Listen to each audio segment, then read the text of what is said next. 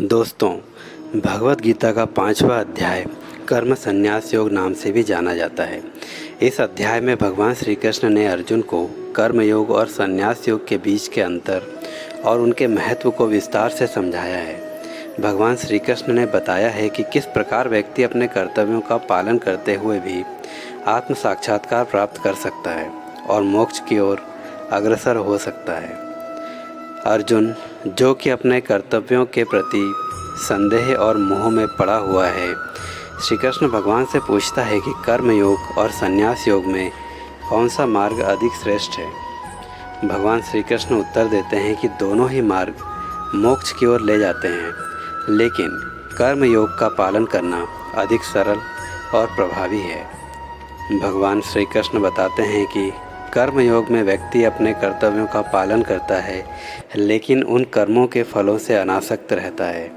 ऐसे व्यक्ति को कर्मों के फल की चिंता नहीं होती और वह आत्म साक्षात्कार की ओर अग्रसर होता है। भगवान श्री कृष्ण यह भी कहते हैं कि जो व्यक्ति अपने मन और इंद्रियों को संयमित रखता है, वही सच्चा योगी है। वह व्यक्ति अपने कर्तव्यों का पालन करते हुए भी शांत और स्थिर रहता है। आगे भगवान श्री कृष्ण कहते हैं कि संन्यास का अर्थ केवल कर्मों का त्याग मात्र नहीं है, बल्कि मन और इंद्रियों की वासनाओं का त्याग भी है। सच्चा सन्यासी वही है जो अपने मन को वश में रखता है और आत्म साक्षात्कार की ओर अग्रसर रहता है। संन्यास योग में व्यक्ति अपने मन को शांत और स्थिर रखकर आत्मा की पहचान करता है।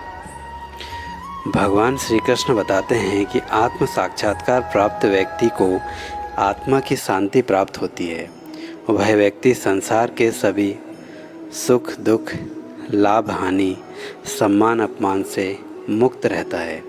ऐसे व्यक्ति को मोक्ष प्राप्त होता है और वह ईश्वर की शरण में जाता है। भगवान श्री कृष्ण कहते हैं कि सच्चा योगी वही है जो आत्मा की शांति प्राप्त कर लेता है और अपने सभी कर्मों को ईश्वर को अर्पित कर देता है। दोस्तों, भगवद गीता के 5वें अध्याय का मुख्य संदेश यह है कि कर्म योग और संन्यास योग दोनों ही मोक्ष की ओर ले जाते हैं।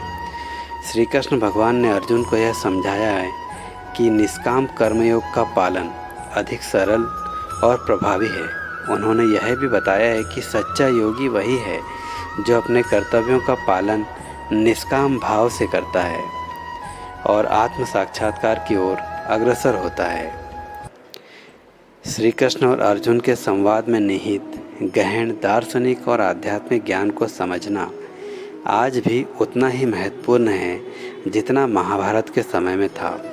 इस संवाद में हमें यह सिखाया गया है कि जीवन में कर्म और संन्यास का सही संतुलन बनाए रखना कितना महत्वपूर्ण है।